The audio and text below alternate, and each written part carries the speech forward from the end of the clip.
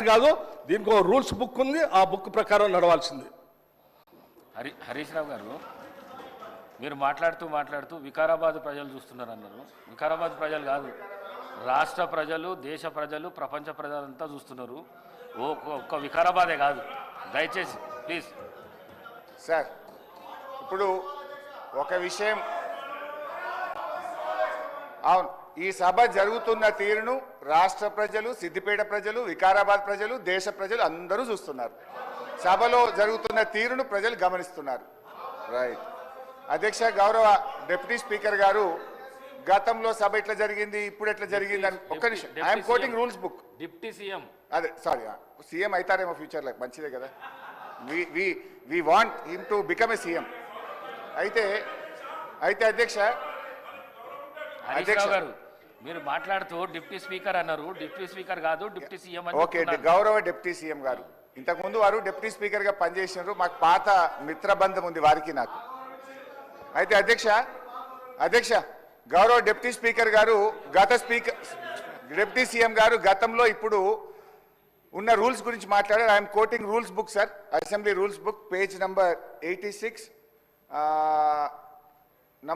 paragraph number 232(2), public accounts committee గురించి.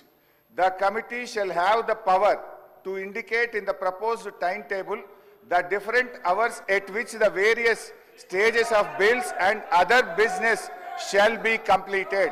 అంటే BAC కమిటీకి పవర్ ఉంది. షెల్, అక్కడ ఏమన్నది, షెల్ హ్యావ్ ద పవర్ అని స్పష్టంగా చెప్పిండ్రు. BACలో ఏ బిల్లులు పెట్టాలి, ఎప్పుడు పెట్టాలని చర్చించిన తర్వాతనే పెట్టాలని రూల్స్ బుక్ చెప్తుంది.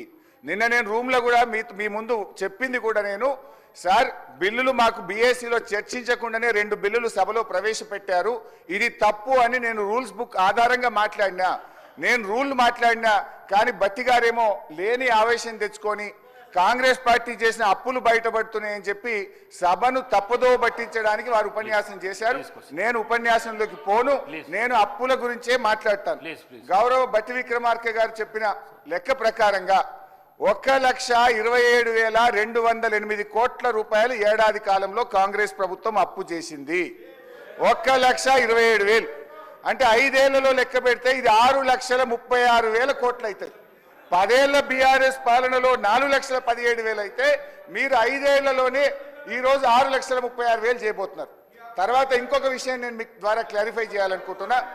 గౌరవనీయులు బట్టి విక్రమార్క గారు, మేము ప్రివిలేజ్ మోషన్ దేని మీద ఇచ్చామో మీరు క్లారిఫై చేయాలి. దాదాపు 20 మంది కాంగ్రెస్ బీఆర్ఎస్ ఎమ్మెల్యేలు అందరం మీ దగ్గరికి వచ్చి మేము ఇచ్చిన ప్రివిలేజ్ మోషన్ దేని మీద అధ్యక్ష మీరే చెప్పాలి. వారేదో నేను మధురలో మాట్లాడిన దాని మీద ప్రివిలేజ్ మోషన్ ఇచ్చినామని సభను తప్పుదో పట్టించే ప్రయత్నం చేసినారు.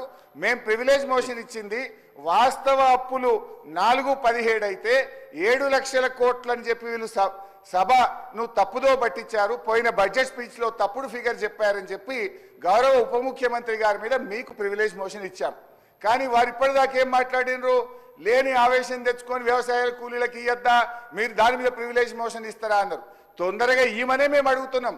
వ్యవసాయ కూలీలే కాదు 6 గ్యారంటీలు అమలు చేయండి. మొదటి శాసనసభలో చట్టబద్ధత తెస్తా అన్నారు, చట్టబద్ధత తేండి అని మేము అడుగుతా ఉన్నాం. అయితే అధ్యక్ష మీ ద్వారా మళ్ళీ నేను కోరుతున్నా, నేను బట్టి గారి సవాల్ను స్వీకరిస్తున్నా. ప్రివిలేజ్ మోషన్ అప్పుల మీద తప్పుడు ప్రచారం మీద మీకు ఇచ్చాము, దాన్ని ఈ శాసనసభలోనే అలో చేయండి.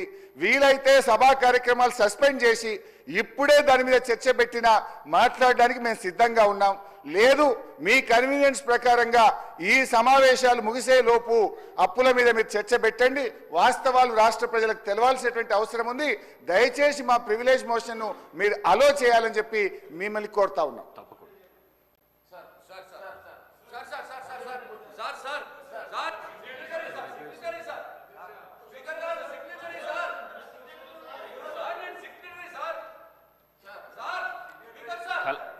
గౌరవ సభ్యులు కల్వకుంట్ల సంజయ్ గారు,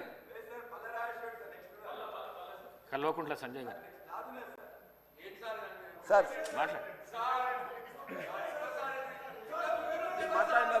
మీరు ఎప్పుడు మాట్లాడుతూనే ఉంటారు కదా.